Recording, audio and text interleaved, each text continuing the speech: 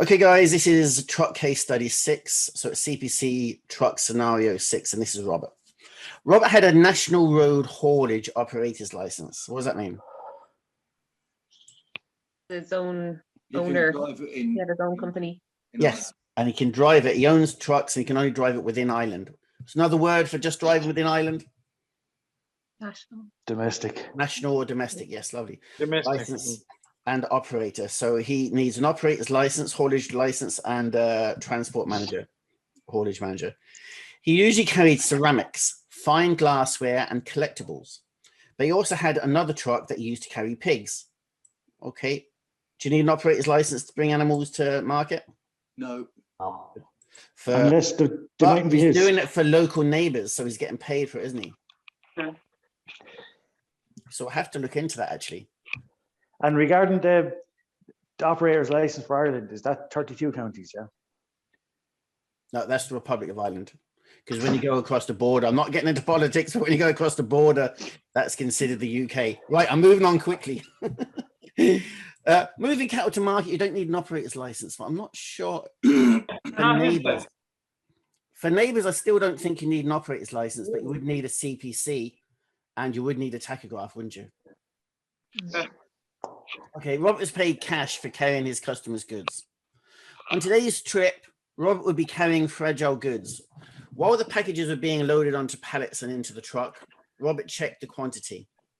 What would you use to check the quantity? Manifest. Manifest. The overall condition of the goods and the packaging. Because if there was a damaged box or package, you wouldn't take it, would you? The fragile goods were packed in appropriate containers labeled fragile, handle with care. This was a light load and Robert was not sure how to secure it. How do you secure that light load? Straps.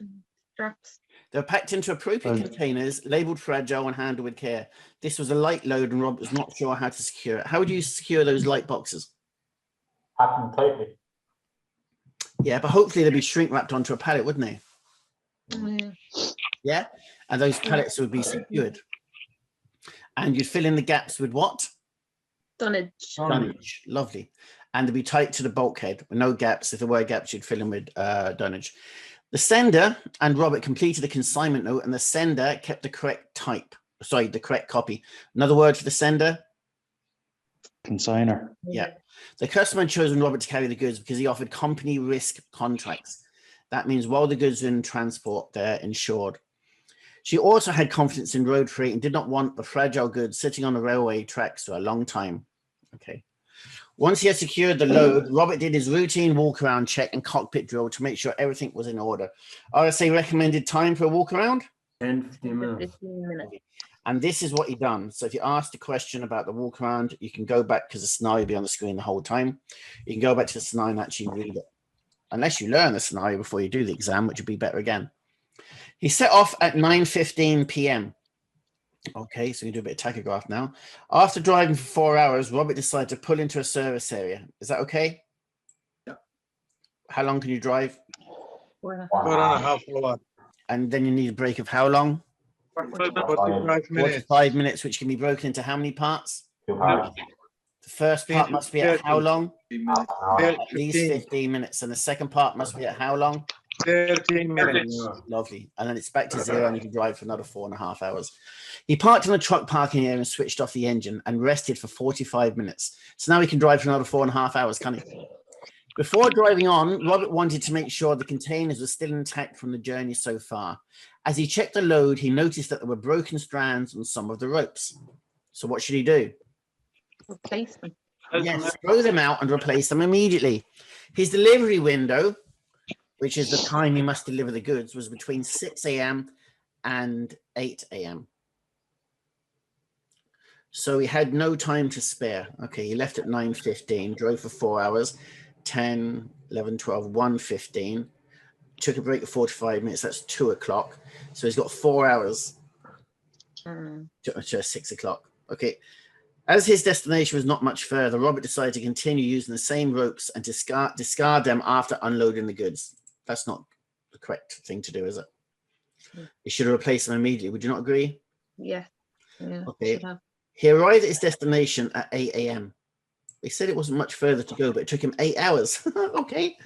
When Robert arrived at the Glimmer, Sparkle and Shine shop, he opened the trailer to check the load and ropes before the customer came out to inspect the goods. He felt guilty about not using the ropes. No point in feeling guilty if the product's damaged, is there? He should have replaced them straight away. Fortunately, everything looked as it did when it was loaded the day before. The customer inspected all the boxes and took delivery of the goods. Robert then discarded the frayed ropes. In preparation for his return journey, Robert checked the truck tires, battery, windscreen, wipers, mirrors, and brake hoses. Okay, that's a bit random. He didn't do a proper walk around. He just checked some random items. He planned his route to avoid traffic congestion. So you might get questions on route planning there. Traffic congestion and bridges and tunnels and ferries and other things you need to take into consideration. Your fuel, your brakes, your vehicle, the paperwork and your paperwork. The headroom under the bridge was 3.9 meters. Maximum height of a truck? 4.65. 4.65. Where will you find the height of your truck? Yes, right in the cab, right in the center of the cab. You must have the height of your truck. So he knows the height of his truck. The bridge has been signed and it's a criminal offense to hit a signed bridge. Okay, and his truck was 3 meters, so he's well under the 3.9, so he's okay, isn't he? Yes? Yeah. Truck's 10 feet and the bridge is 13, so he's fine. So he knew it would fit within the bridge restrictions. As Robert drove under the bridge, he glanced down to change the radio station and as a result, lightly scraped the left side of the bridge. Ooh. What do you do when you hit a bridge? Hold the number on the bridge. Yes, the number on the bridge and you report it. You don't use your own judgment as to whether to report it or not. You are not an engineer. You're not a structural engineer, and you're not going to go out and take calibrations or test the integrity of the bridge. You hit the bridge, you report it, and there's serious fines if you don't. He did not think there was any damage to the trailer or the bridge, as there were no witnesses. He decided not to stop or report the incident to the RBA. As he drove, Robert daydreamed about how fortunate it was to be driving road freight and not handling rail freight. Some of his friends who handled rail freight had lost their jobs. Although Robert was regularly away from home for days at a time, he was happy to be a truck driver. I think someone who wrote this has a secret agenda against rail freight, don't they? Because he mentioned that twice how much better truck freight is than rail freight. And if he's hitting bridges and not reporting it, he's not going to be a truck driver for much longer anyway, is he? So okay, he said there about, sorry, Leon. Yeah. He said there about he didn't report it to the Gardaí, but you have to ring the number on the bridge, don't you? And yes. so he has to pull in up ahead and just walk back, like, is it? I've never hit a bridge, but I assume once you hit the bridge and you ring up that phone number, they'll be asking you for your details.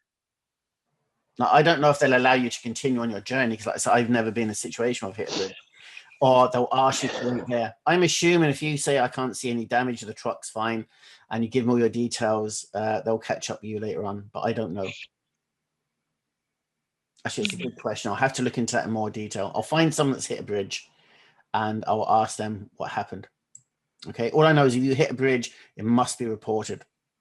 Serious fines, serious penalties for hitting a bridge, and much more serious penalties for hitting a bridge and not reporting it. Okay, so that was truck case study 6. So truck case scenario 6, that was Robert.